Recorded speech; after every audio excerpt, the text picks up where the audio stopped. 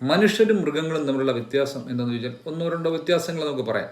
നമ്മുടെ ഏറ്റവും മേജറായിട്ടുള്ള വ്യത്യാസം എന്ന് പറഞ്ഞാൽ അത് ടൂൾ ഉപയോഗിക്കാനുള്ള കഴിവാണ്. പലപ്പോഴും ടൂൾസ് ഉപയോഗിക്കുക എന്ന് വെച്ചാൽ ഞാനിപ്പോൾ സംസാരിക്കുന്ന ഈ മീഡിയം ഒരു ടൂളാണ്. നിങ്ങളെന്നെ കാണുന്നു, ഞാൻ ഇവിടുന്ന് റെക്കോർഡ് ചെയ്ത് നിങ്ങൾ അയക്കുന്ന ഒരു ടൂളാണ്. വാഹനം ഉപയോഗിക്കുന്ന അതൊരു ടൂളാണ്. അങ്ങനെ ഇലക്ട്രിസിറ്റി, അങ്ങനെ എന്ത് കാര്യങ്ങൾ എടുത്താലും ഇതെല്ലാം ഒരു ടൂൾ ഉപയോഗിക്കാനുള്ള നമ്മുടെ കഴിവ് നമ്മൾ ഡെവലപ്പ് ചെയ്ത എക്സ്ട്രാ ടൂൾ. നമുക്ക് പറക്കാം, ഒരു പക്ഷിയെ പോലെ നമുക്ക് പറക്കാം. എങ്ങനെയാണ് അത്? എയ്റോപ്ലെയിൻ്റെ കണ്ടുപിടുത്തത്താൽ നമുക്ക് അതിനകത്തൂടെ പറക്കാം.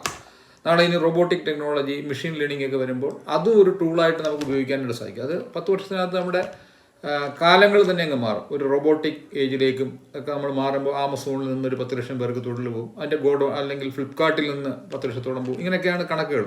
അതായത് ഇതിൻ്റെ ഗോഡൗണിലൊക്കെ ഇനി 10 ലക്ഷം ആൾക്കാർ സ്റ്റോറിൽ അടുക്കിക്കൊണ്ടിരിക്കുന്നത് അതങ്ങ് മാറിയിട്ട് റോബോട്ടുകളാവും. അതുപോലെ മിലിറ്ററി, നമ്മളിനിയും അമേരിക്കയുടെ മിലിറ്ററി, ഇന്ത്യൻ മിലിറ്ററി വേണ്ട, ഇതും റോബോട്ടുകളാവും എന്നാണ് പ്രവചനം.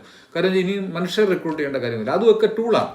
ഈ ടൂൾ ഉപയോഗിക്കാനുള്ള മനുഷ്യൻ്റെ എബിലിറ്റി മറ്റു മൃഗങ്ങളിൽ നമ്മളെ വ്യത്യസ്തരാക്കുന്നുണ്ട്. അതുപോലെ നമ്മുടെ സ്പിരിച്വൽ ഹയർ ലേണിങ്ങിനുള്ള കപ്പാസിറ്റി മറ്റു മൃഗങ്ങൾക്കെല്ലാം അത് ഒരു പ്രത്യേക രീതിയിൽ തന്നെ ട്യൂൺ ചെയ്തിരിക്കുക. കന്നിമാസമാകും പട്ടികൾക്ക് സെക്ഷുവാലിറ്റി ഉണരും. അല്ലെങ്കിൽ ആർട്ടിക് ആണെന്നുള്ള പക്ഷിക്ക് ജൂൺ മാസമാകുമ്പോൾ ഒരു സ്ഥലത്ത് നിന്ന് മറ്റൊരു പുറത്തേക്ക് പറക്കാനായിട്ട് ഒരു ഭൂമിയുടെ ഒരു പ്രത്യേക സ്ഥലത്ത് ട്യൂൺ ചെയ്ത് വെച്ചിരിക്കുന്നത്. കാക്ക കൂടുണ്ടാക്കുന്നത് ട്യൂണിങ് ആണ്. അവർക്ക് വേറെ ഒന്നും എക്സ്ട്രാ കണ്ടുപിടിക്കാനാകത്തില്ല. ഇത് മനുഷ്യനൊരു വ്യത്യാസമാണ്. മനുഷ്യനെന്ന് പറഞ്ഞാൽ ഇങ്ങനെ ബ്രഹ്മാവിൻ്റെ സെയിങ് ഉണ്ട്, മനുഷ്യൻ എല്ലാ ദിവസവും ജ്ഞാനം ആർജിച്ചുകൊണ്ടേയിരിക്കണം. എന്തെങ്കിലും ഒരു ജ്ഞാനം ആർജിച്ചില്ലെങ്കിൽ ഏത് ലെവലുള്ള മൃഗമായിട്ട് അത് തീർന്നു നോക്കണം.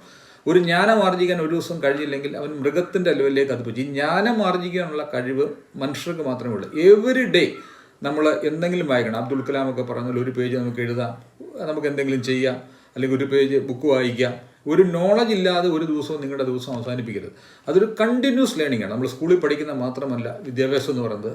നിങ്ങൾ ഒരു മാസത്തിൽ ഒരു 2-3 ബുക്കുകൾ വായിക്കണം. അതൊക്കെ ഒരു ടാർഗറ്റ് ഇട്ട് തന്നെ നോളജ് നിങ്ങളിൽ വർദ്ധിപ്പിച്ചുകൊണ്ടേയിരിക്കണം.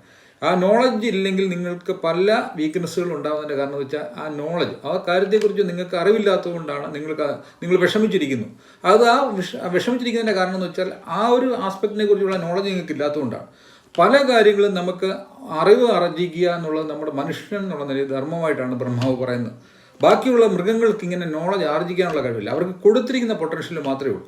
ഇത് മനുഷ്യന് മാത്രമുള്ള ഒരു സവിശേഷ ബുദ്ധിയാണ്. ഓരോ ദിവസവും എന്തെങ്കിലും പുതിയ നോളജ് ഇല്ലാതെ അവൻ്റെ ജീവിതം അവസാനിക്കാൻ പാടില്ല. എന്തെങ്കിലും അത് ഏത് രീതിയിലാകും, ഒരു ഇൻട്രാക്ഷനിൽ കൂടെ ആകാം, ഒരു വിസിറ്റിൽ കൂടെ ആവാം, ചിലപ്പോൾ ഒരു സഞ്ചാരത്തിൽ കൂടെ ആവാം, അല്ലെങ്കിൽ നമ്മളൊരു ബുക്ക് വായിക്കുന്നതിലൂടെ ആവാം, അല്ലെങ്കിൽ ഒരു പ്രാക്ടിക്കൽ എക്സ്പീരിയൻസിലൂടെ ആവാം.